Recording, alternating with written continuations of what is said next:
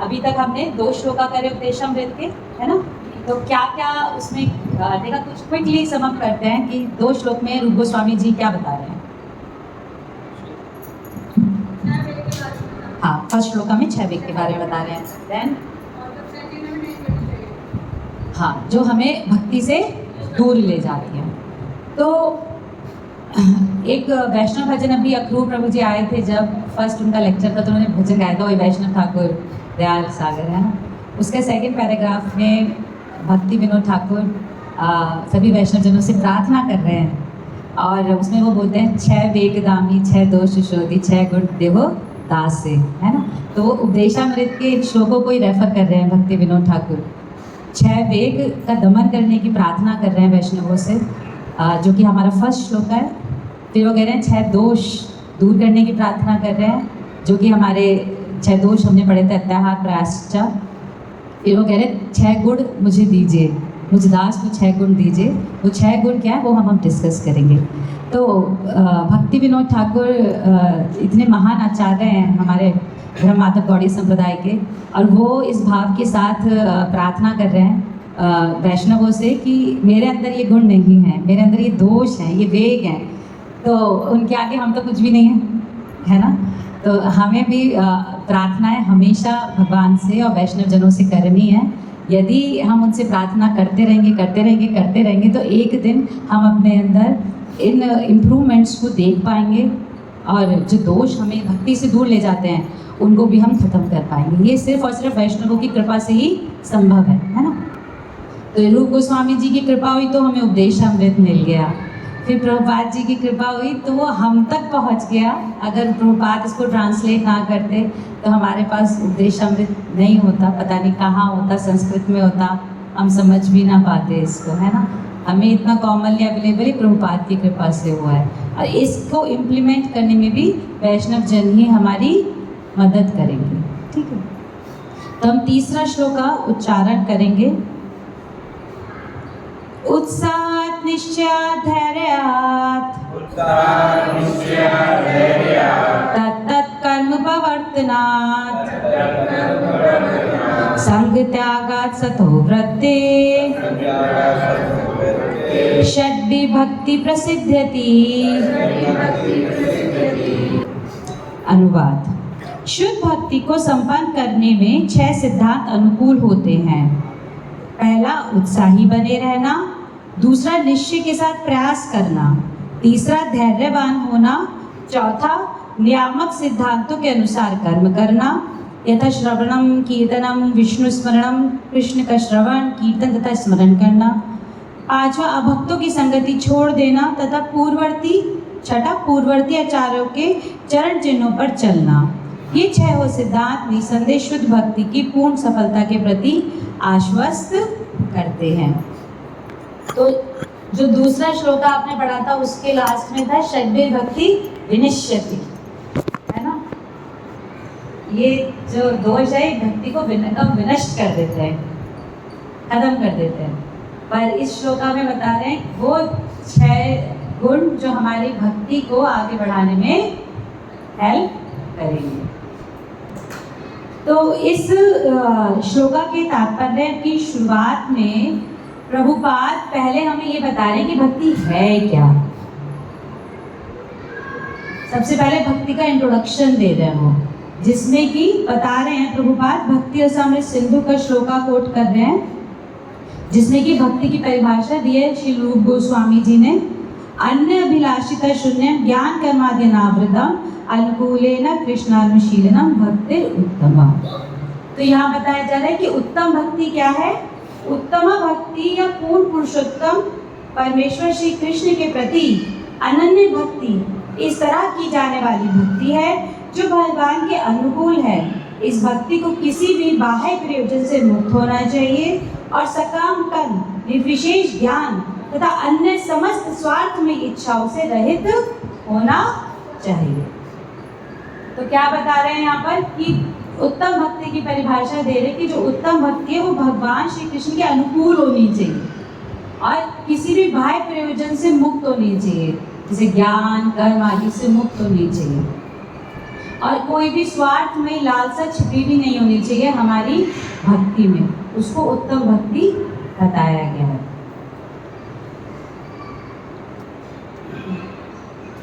उसके बाद next page पर प्रभुपाद बता रहे हैं कि अभी तो उन्होंने बताया भक्ति क्या है, अब वो बता रहे हैं भक्ति की विधि क्या है। तो प्रहलाद महाराज ने नवदा भक्ति दी है, उस में से श्लोका ले रहे हैं प्रभुपाद और बता रहे हैं श्रवणम कीर्तनम विष्णु स्मरणम पाद सेदनम अर्चनम वंदनम दास्यम साख्यम आत्म निवेदनम। तो बता रहे हैं यहाँ पर कि भक्ति करने की विधि 9 विधियाँ हैं, जिसमें कि आपका श्रवण आ जाता है, कीर्तन आ जाता है, विष्णु स्मरणम आ जाता है, पाद सेवनम अर्चनम वंदनम दास्यम साख्यम और आत्म निवेदनम आ जाता है। तो इन सब में नवदा भक्ति में सबसे प्रथम में क्या आ रहा है? श्रवणम। इसका मतलब श्रवणम 9 की 9 विधियों में सबसे ज्यादा इम्पोर्टेंट है ना। अगर श्रवणम हमारा है तो बाकी सारी 9 विधियां भी हम एग्जीक्यूट कर पाएंगे, पर अगर हम पहले भी लैग कर जाएंगे तो हम बाकी भी 9 विधियों में सक्सेस नहीं हो पाएंगे। हमारे आचार्य ऐसे बताते हैं कि कोई भी व्यक्ति, कोई भी भक्त ये 9 की 9 विधियों को भी अपना सकता है भक्ति करने के लिए, या फिर इनमें से कोई एक को भी अपना सकता है, ठीक है, और सक्सेसफुली भक्ति को प्रैक्टिस कर सकता है। बताते हैं हमारी श्रवण इंद्रिया जो है बड़ी पक्की हैं। कैसे पक्की हैं? जो मैं लेक्चर सुनी थी उसमें प्रभु जी बता रहे थे कि हम जब सो भी जाते हैं, सुप्त अवस्था में भी होते हैं, तब भी हमारी श्रवण इंद्रिया एक्टिव होती है। तभी हमें कोई जगाता है तो हम उठ पाते हैं, क्योंकि वो श्रवण इंद्रिया कार्य कर रही होती है।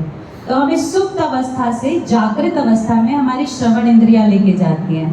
इसी तरह से हम यहाँ भौतिक जगत में सुप्त अवस्था में हैं एक्चुअली, पर जब हम भगवत ज्ञान के श्रवण करते हैं तो हम जागृत अवस्था को, अपने वास्तविक स्वरूप को प्राप्त कर पाते हैं, ठीक है।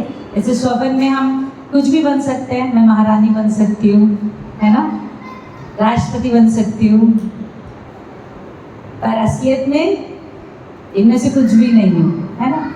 इसी तरीक़ा से हम सोचते हैं हम यहाँ पर बिजनेसमैन है, सर्विसमैन है, टीचर है ना, हमारी एक पोस्ट पोजीशन है, पर वो स्वप्न के समान ही है। हम सुप्त अवस्था में इसलिए उसको इम्पोर्टेंस दे रहे हैं। जब हमारी श्रवण इंद्रियां सही कार्य करने लगेंगी, भगवत ज्ञान सुनेंगी, तो जागृत अवस्था में आके हमें अपनी रियल आइडेंटिटी पता चलेगी, ठीक है। तो जब यहाँ पे श्रवणम कीर्तनम विष्णु स्मरण नवदा भक्ति बताते हैं प्रभुपाद, तो आगे बताते हैं कि श्रवण इंपॉर्टेंट है। मोस्ट इंपॉर्टेंट कौन सा है? श्रवणम। तो श्रवणम कैसे करना है? अब प्रभुपाद आगे ये बता रहे हैं कि श्रवणम करना कैसे है। इसमें प्रभुपाद भगवत गीता का श्लोका कोट करते हैं, श्लोका नंबर 4.34, तत्विद्धि परिपातेन परिप्रश्नेन सेवया उपदेशन्ति ते ज्ञानम ज्ञानिना सतत्व दर्शिना। मतलब श्रवण कैसे करना है?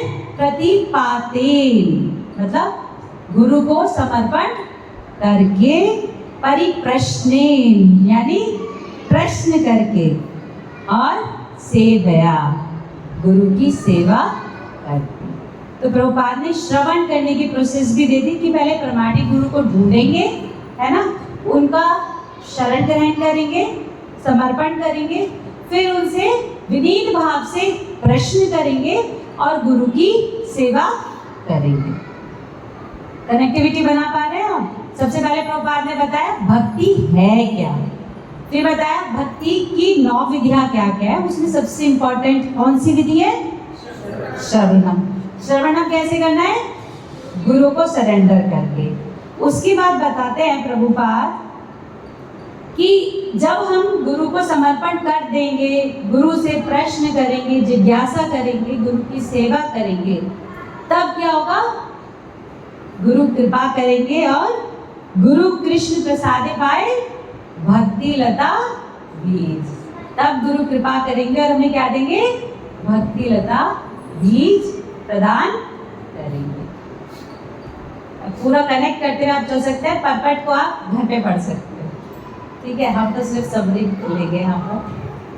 तो जब गुरु भक्ति लता बीज प्रदान कर देंगे फिर क्या होगा? जिस तरीके से आप कोई बीज मिट्टी में बोते हैं तो सबसे पहले आप ये चेक करते हैं ना कि मिट्टी की उर्वरकता कैसी है, कितनी उपजाऊ है मिट्टी। हाँ, मैं अपने घर में गमले लगाती हूँ तो कई बार पौधे पनपते ही नहीं हैं। पता चला बहुत दिन बाद कि मेरी जो गमलों की मिट्टी है उसकी सारी उर्वरकता जो है, न्यूट्रिशन जो है वो खत्म हो चुका है। फिर हमने उस मिट्टी को चेंज करा, फिर जो भी उसमें पौधा लगाया वो फटाफट ग्रो होने लगा, जल्दी जल्दी ग्रो होने लगा। तो कोई भी आप घर में पौधा लगाते हो तो वो तभी ग्रो करता है जब वो मिट्टी उपजाऊ होती है। तो भक्ति लता बीज जो है, ये बीज भी तभी ग्रो करेगा जब हमारी मिट्टी उपजाऊ होगी। तो इस मिट्टी को उपजाऊ करने के जो 6 मोस्ट इंपॉर्टेंट इंग्रेडिएंट है वो ये श्लोक नंबर 3 है। ठीक है, इस भक्ति लता बीज को जो गुरु की सेवा करके, गुरु से जिज्ञासा करके हम प्राप्त करेंगे, इसको पनपने के लिए उपजाऊ मिट्टी की आवश्यकता है। उस उपजाऊ मिट्टी में 6 गुण होने आवश्यक है। वो 6 गुण कौन कौन से हैं? उत्साह, निश्चयात्, धैर्यात्, तत्तत् कर्म प्रवर्तनात् और संग त्यागा सतो व्रते षड्विध भक्ति प्रसिद्धि। तो जो 6 एलिमेंट्स हैं ये हमारे भक्ति लता बीज को ग्रो करने में हेल्प करेंगे। अब हम जल्दी से बस इन 6 एलिमेंट्स को डिस्कस करेंगे। ये है क्या? उत्साही होना, भक्ति में उत्साही होना, इससे क्या मतलब है? कुछ बताना चाहेंगे? अपना विचार कुछ देना चाहें? भक्ति में उत्साही होने से क्या अर्थ है?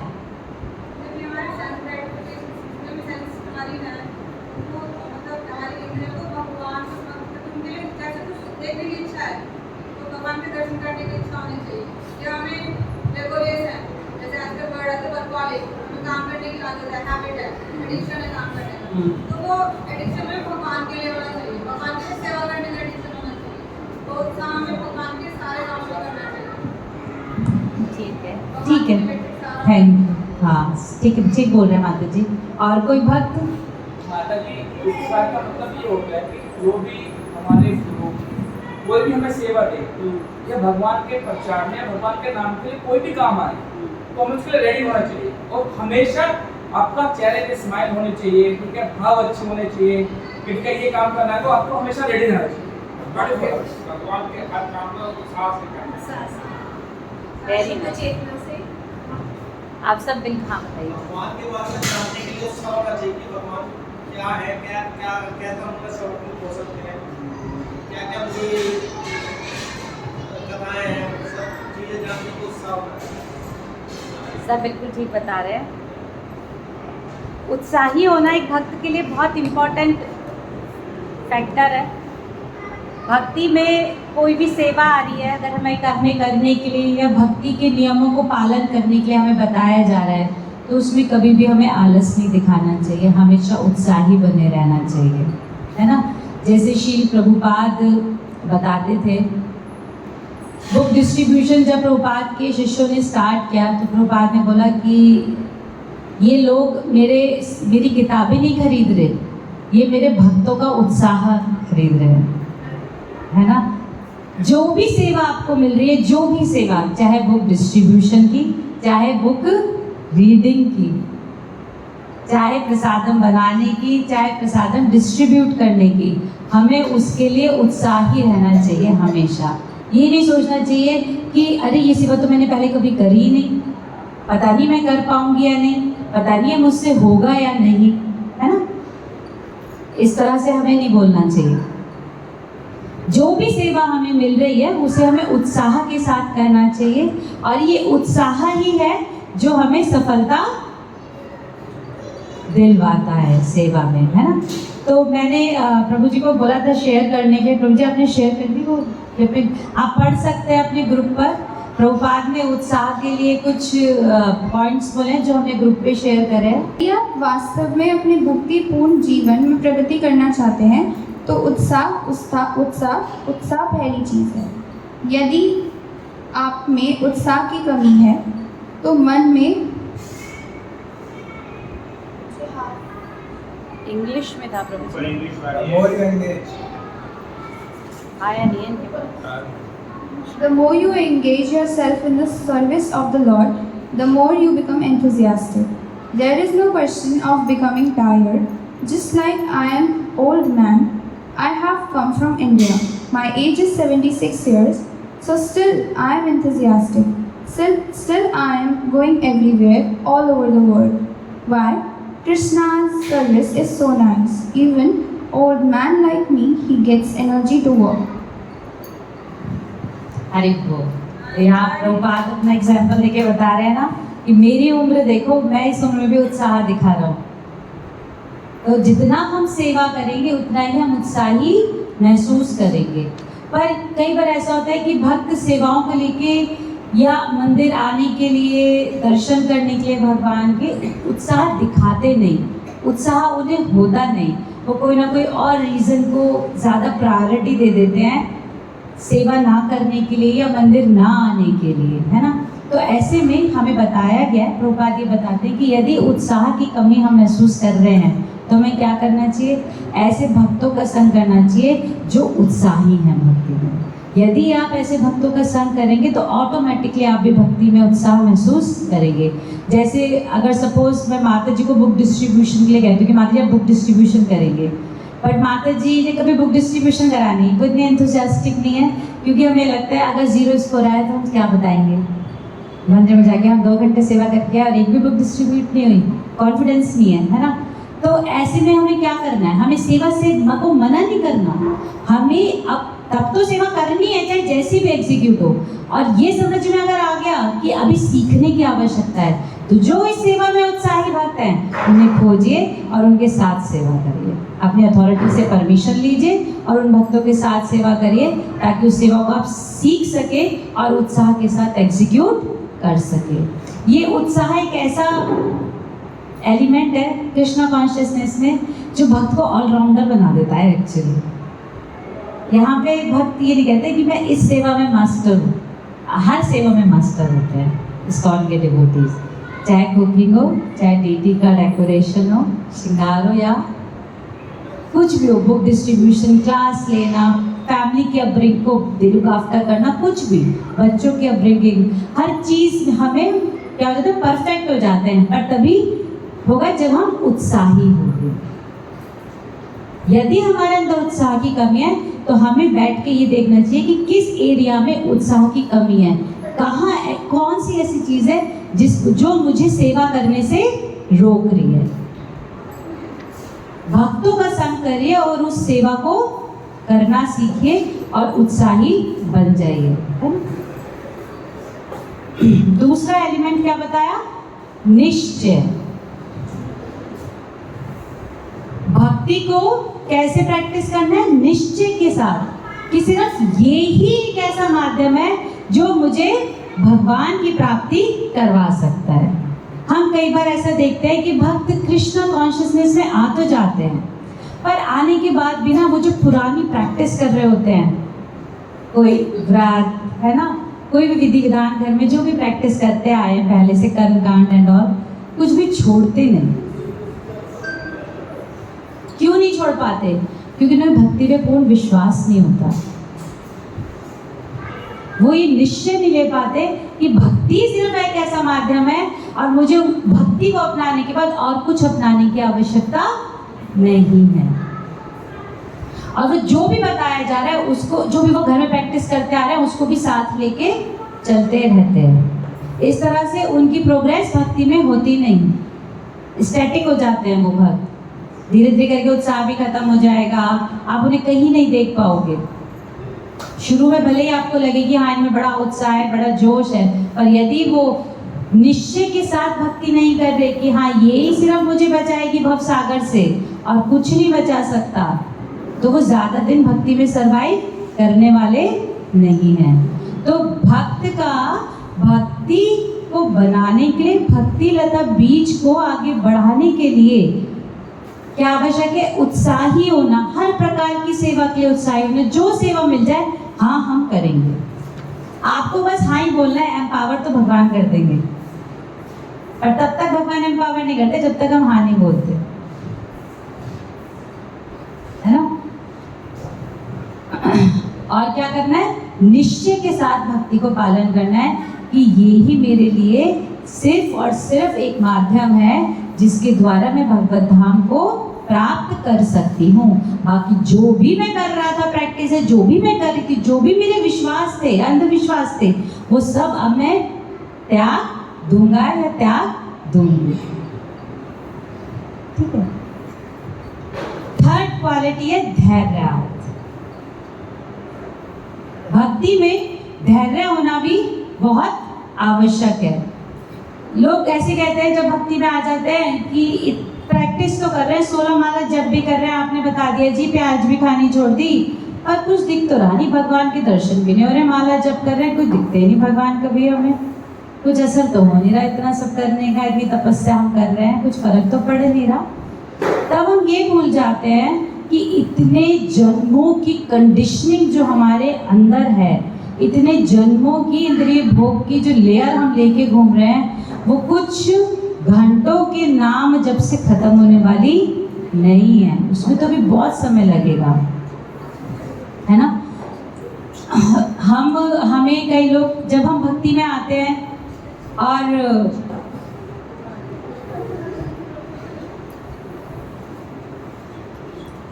जब हम भक्ति में आते हैं तो प्रचार में आ जाते हैं तो हर कोई हमें नोटिस करता है, सबकी नज़रें हमारे ऊपर होती है ना। फिर वो हमें एनालाइज करते हैं, अच्छा हर टाइम तो झोली लेके घूमती है माता जी, पर जब गुस्सा करती है तो 4 फ्लोर तक आवाज़ जाती है, ये कैसी भक्ति हुई। हाँ, तो वो सोचते हैं कि जितनी भी बुराइयां माता जी या प्रभु जी के अंदर थी, बस वो कुछ दिन की माला जब से फटाफट खत्म हो जानी चाहिए।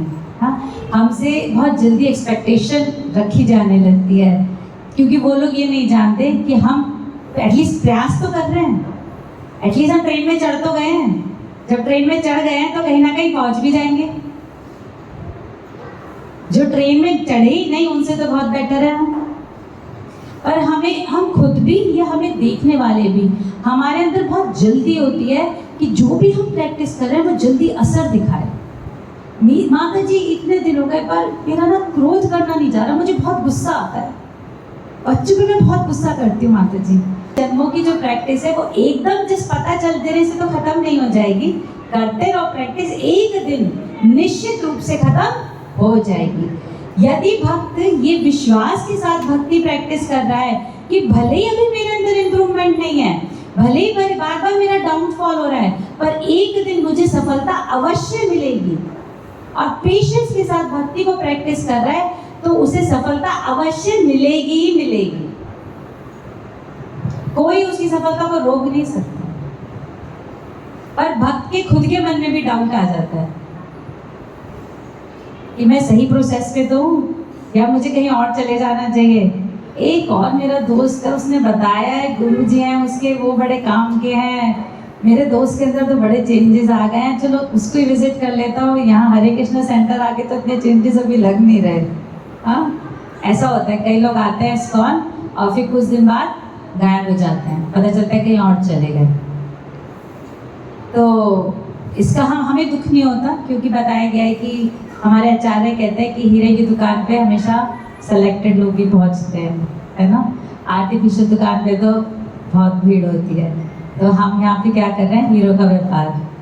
तो कोई अगर चला भी जाता है तो हमारे इस मूवमेंट में कोई असर नहीं पड़ता, नुकसान होता है उस जीवात्मा का जो इस संग को छोड़ के चला जाता है। इसलिए कभी भी हमें कोई भी राय अगर दे रहा है कि चलो ट्राई समथिंग एल्स, एक बार हरे कृष्ण सेंटर चले गए इसका मतलब थोड़ी ना बस हरे कृष्ण सेंटर के ही हो गए, ट्राई समथिंग एल्स, ऐसा कभी करना नहीं। पेशेंस के साथ प्रैक्टिस करते रहिए जो आपकी अथॉरिटीज़ आपको बता रही हैं।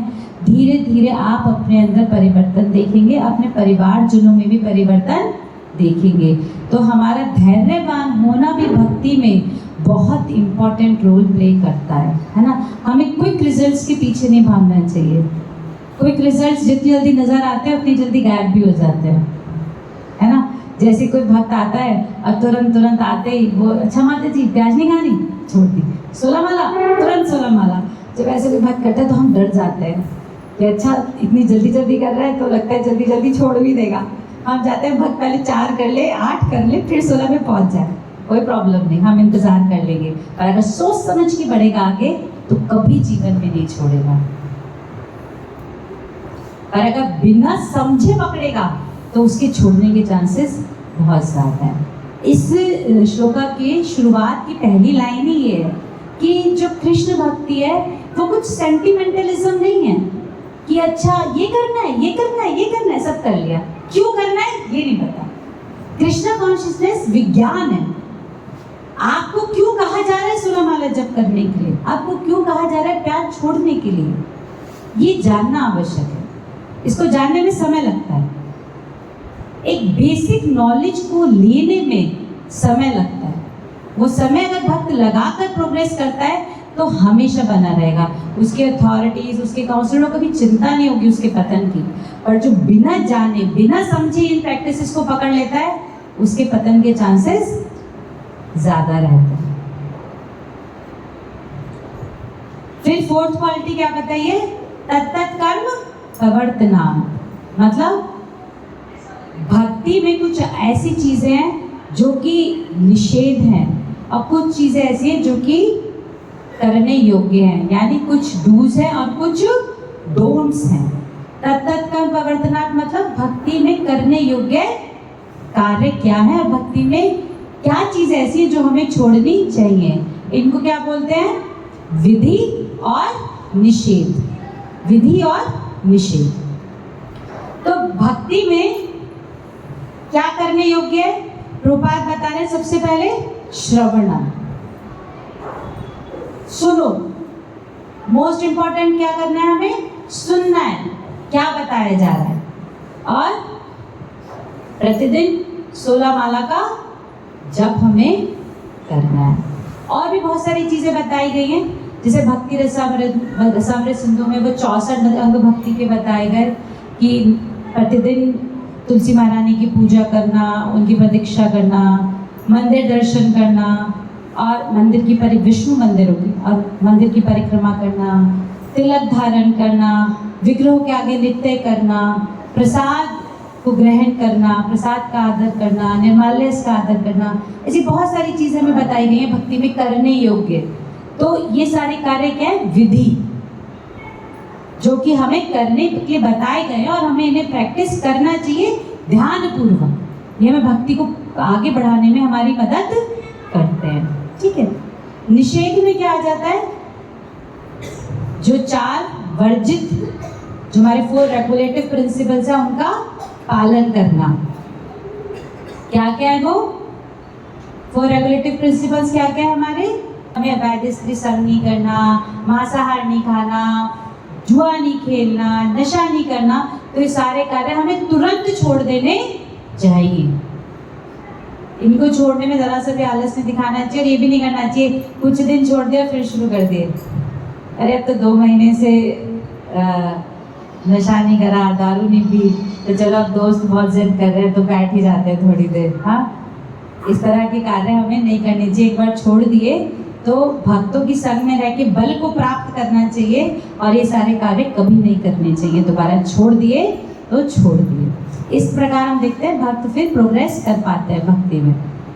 और भगवान की प्रसन्नता के लिए इंद्रिय भोग के विषयों को त्यागना, सिर्फ भगवान की प्रसन्नता के लिए, है ना, कि यदि मैं अपने इंद्रियों पे कंट्रोल कर रही हूँ या कर रहा हूँ तो ये मेरे भगवान को प्रसन्नता पहुंचाएगा। फिर आता है असत संग को त्यागना। तो एक बार चैतन्य महाप्रभु से एक भक्त ने पूछा कि वैष्णव कौन है, तो महाप्रभु बोले असत संग त्यागात यही वैष्णव आचार, कि वैष्णव वो है जो असत संग को त्याग देता है। तो असत संग होता क्या है वैसे, हमें जब संग करना है तो हमें बहुत ध्यान रखना है कि हम किसका संग कर रहे हैं। जैसे कि प्रभुपाद हमेशा बताते हैं, मायावादी के संग से हमें बचना चाहिए, है ना। और जो कर्मी हैं, जो कर्मकांड एंड ऑल पे बिलीव करते हैं, ऐसे लोगों से हमें बचना चाहिए, क्योंकि कहीं ना कहीं ये क्या करेंगे, हमें इंस्पायर करेंगे कि जो वो बता रहे हैं वो ही सही है और हमें उसे फॉलो करना चाहिए। तो ऐसा नहीं है कि मेरे परिवार में सब देवी देवता की पूजा करते हैं, कर्मकांड करते हैं बहुत ज़्यादा, तो मैं आज से उनका संग त्याग दूंगी। वो मुझे मिलेंगे तो मैं प्रेम से मिलूंगी उनसे, है ना, और कोई भी शिक्षा ग्रहण नहीं करूंगी। जो वो बताएंगे वो दिखाऊंगी कि मैंने सुन ली, और उसे अंदर नहीं उतारूंगी, है ना। और उनसे मिलने के लिए क्रेव नहीं करूंगी, प्लानिंग्स नहीं करूंगी कि अच्छा मुझे फला फ्रेंड से मिलना है। ऐसे हम प्लानिंग करते हैं एक्चुअली अपने रिलेटिव्स और अपने फ्रेंड्स वगैरह से मिलने के लिए, है ना। तो हमें सतर्क रहना है कि जिनसे मिलने की हम प्लानिंग कर रहे हैं, क्या वो मेरी भक्ति के अनुकूल है या प्रतिकूल। मैं उनसे मिलूंगी तो वो मुझे 4 बातों में क्रिटिसाइज करने वाले हैं कि तू प्याज भी नहीं खाती, चल आज एक कप चाय के लिए क्या हो गया, इतने दिन से तो नहीं पी, एक दिन पी लेगी तो क्या हो जाएगा, हाँ। या वो आदर सम्मान कर रहे हैं मेरी प्रैक्टिस का जो मैं कर रही हूँ। यदि वो आप जो प्रैक्टिस कर रहे हो उसकी रिस्पेक्ट कर रहे हैं तो आप जा सकते हो, उनसे मिल सकते हो। और यदि आपको ये पता है कि वो जो आप प्रैक्टिस कर रहे हो उसकी रिस्पेक्ट नहीं करते, तो उनसे मिलने की प्लानिंग मत करो। मिल जाए तो रिस्पेक्टफुली मिल लो, और ये नहीं कि बड़ा उनसे मिलने के लिए उतावले हो रहे हैं, याद आ रही है और मिलने जा रहे हैं। पता चलेगा जब बैठोगे तो 4 अपराध कर बैठोगे, क्योंकि वो वैष्णवों के लिए या भगवान के प्रतिकूल कुछ आपको ऐसा बोल देंगे जो आपको हर्ट कर जाएगा। फिर जब घर आ जाओगे ना तो भी उनका संग त्याग नहीं पाओगे, क्योंकि बार बार दिमाग में वही घूमेगा जो उन्होंने बोल दिया। ऐसा होता है हमारे साथ, किसी के घर होके आते हैं और उसने सपोज कुछ हमें बोल दिया, बेकार की चीज़ें कर रहे हो, ये तो तुम्हारा ब्रेन वॉश कर रहे हैं, है ना, और ये कोई उम्र है करने की ये सब काम, बुढ़े हो जाओगे तब कर लेना। और हमें प्रेशराइज कर रहे हैं कि हम छोड़ देंगे सारी चीज़ें। जब उनसे मिल के आते तो हम कितने डिस्टर्ब हो जाते हैं, है ना, फिर लगता है दोबारा कभी नहीं जाएंगे इनके यहाँ। या जैसे हम किसी के घर गए, उसे पता है कि हम कितना नियम से खाते हैं, और तब भी क्योंकि वो नॉन वेजिटेरियन है तो वो अपने घर में नॉन वेज पका लेते हैं। वो ये भी नहीं सोचते कि जो आ रहा है वो तो प्याज भी नहीं खाता, तेरे लिए हम अलग बना देंगे, पर हम बिना नॉन वेज पकाए खाना नहीं खा सकते। फिर है सतो व्रते, मतलब महान आचार्यों का संग करना है। असत संग को तो हमें त्यागना है और महान आचार्यों का संग करना है। अब महान आचार्यों का संग हम कैसे करेंगे? उनके दिए हुए ग्रंथों के द्वारा, उन्होंने जो शिक्षाएं दी हैं उनका पालन करके हम महान आचार्यों का संग कर सकते हैं। जितना ज़्यादा हम महान आचार्यों का संग करेंगे उतनी ही कम अपॉर्चुनिटी मिलेगी हमें असत संग करने की। तो जितना ज़्यादा हम अपने आप को भक्ति के कार्यों में लगा लेंगे, भक्तों के संग में एंगेज कर लेंगे, उतनी कम प्रॉब्लम हम फेस करेंगे, उतना ही कम हमें अपॉर्चुनिटी मिलेगी असत संग करने की। तो जब भी कोई मंदिर में सेंटर पे जैसे अक्रूर प्रभु जी आते हैं, उनका एसोसिएशन करना, या आपको और किसी सीनियर भक्त की अपॉर्चुनिटी मिल रही है एसोसिएशन लेने की, उनके एसोसिएशन लेना, या अपने आचार्यों के प्रभुपाद के लेक्चर सुनना, प्रभुपाद की बुक्स पढ़ना, हम ऐसे भी उपदेशामृत रूप गोस्वामी जी द्वारा करता है, इसको पढ़ना, क्या वो शिक्षा दे रहे हैं उसको अपने जीवन में उतारना। एक ही सबसे ज़्यादा कॉमन फैक्टर ये है, 24 घंटे भगवान श्री कृष्ण की सेवा में एंगेज्ड रहना। हमारे सभी आचार्य 24 आवर्स सेवा में एंगेज्ड रहते थे, है ना। तो हम उनसे यही क्वालिटी ले सकते हैं, निरंतर और निरंतर अपने आप को सेवाओं में एंगेज रखें, भक्तों का संग करें, जहाँ भी अवसर मिल जाए। महान आचार्य है, ये जो हमारे सीनियर डिवोटीज है, महान वैष्णव है, उनका संग करके हम अपनी भक्ति को प्रोटेक्टेड भी रख सकते हैं और फिर उसे ग्रो भी करवा सकते हैं। ठीक है, भक्ति को प्रोटेक्टेड रखना भी आवश्यक है, प्रोटेक्टेड रहेगी तभी ग्रो करेगी। पौधा अगर प्रोटेक्टेड नहीं है तो गाय खा जाएगी आकर, तो क्या ग्रो करोगे जब पौधा ही नहीं रहेगा तो, है ना। तो इसी तरीके से भक्ति लता बीज को आपको प्रोटेक्ट भी करना है और उसे ग्रो करने के लिए उसके जो न्यूट्रिशंस है 6 एलिमेंट जो बताए गए हैं, रूप गोस्वामी ने जो बताए हैं, इन पर भी ध्यान देना है। तब आप देखेंगे कि आपकी भक्ति में प्रोग्रेस बहुत अच्छी हो रही है। आज का डिस्कशन यहीं ख़त्म करेंगे। कोई और प्रश्न किसी का हो तो पूछ सकते हैं, मैं उत्तर नहीं दे पाऊंगी तो वरिष्ठ भक्त बैठे हैं, वो सब उत्तर दे देंगे। माता जी, मैं थोड़ा सा मतलब ये जानना चाहती हूँ, जैसे आपने बताया कृष्णा कॉन्शियसनेस जो है वो एक विज्ञान है, तो थोड़ा सा आप इसके बारे में थोड़ा सा बता दीजिए। नॉलेज को जब तक इम्प्लीमेंट नहीं किया जाता तब तक वो नॉलेज ही रहती है, बट जब हम उसको प्रैक्टिकली इम्प्लीमेंट कर लेते हैं तो वो साइंस बन जाती है। ठीक है, जैसे कि हम जानते हैं भक्ति करना हमारे लिए आवश्यक है, ठीक है, बट कैसे करनी है हमें ये नहीं पता। कृष्णा कॉन्शियसनेस को इसलिए विज्ञान बताया गया क्योंकि यहाँ पे आपको प्रैक्टिकली इस नॉलेज को इम्प्लीमेंट करना है, कैसे करना है ये बताया जाता है और आपको अवसर प्रदान करे जाते हैं। जैसे आपको जिस सेंटर, जिस हरे कृष्ण सेंटर क्या है, इट्स अ प्लेटफॉर्म जहाँ पे आके आप इस भगवत ज्ञान को प्रैक्टिस कर सकते हैं, ठीक है, इस नॉलेज को साइंस में कन्वर्ट कर सकते हैं।